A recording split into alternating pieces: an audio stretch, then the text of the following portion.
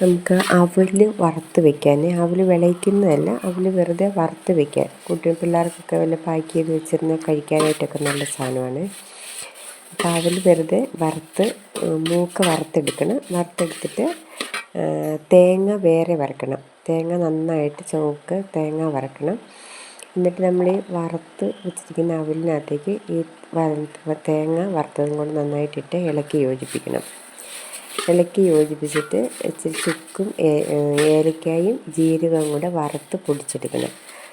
ആ പൊടിയും കൂടെ ഈ അവലിൻ്റെ കൂടത്തിൽ നന്നായിട്ട് ഇളക്കണം.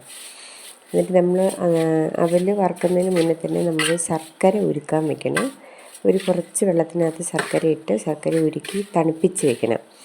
എന്നിട്ട് ഈ അവൽ വറുത്ത് വാങ്ങി ഈ തേങ്ങയും ജീരകവും ഒക്കെ ഇട്ട് കഴിയുമ്പോൾ ആ ചൂട് അവലിനകത്തേക്ക് ഈ ശർക്കരപ്പാനി കുറേശ്ശെ ഒഴിച്ച് കൊടുത്ത് ഇളക്കണം. നന്നായിട്ട് ഒരു 10-20 മിനിറ്റ് ഇളക്കി യോജിപ്പിച്ചിട്ട് തണുക്കാൻ വെക്കണം. തണുത്ത് കഴിയുമ്പോഴത്തേക്ക് ഈ ശർക്കരയും അവലും കൂടെ നല്ല സെറ്റായിട്ടിരിക്കും. അപ്പോൾ അവൽ വിളയിച്ചെടുക്കുക എന്നുള്ളതല്ല, അല്ലാണ്ട് അവൽ വറുത്ത് പാക്ക് ചെയ്ത് വെച്ച് 2 മാസം 3 മാസം വരെ ഇരിക്കും. ഞാൻ എൻ്റെ പിള്ളേർക്കൊക്കെ ഹോസ്റ്റലിലൊക്കെ നിൽക്കുന്നതിന് കൊടുത്ത് വിടുന്നതാണ് നല്ലതാണിത്.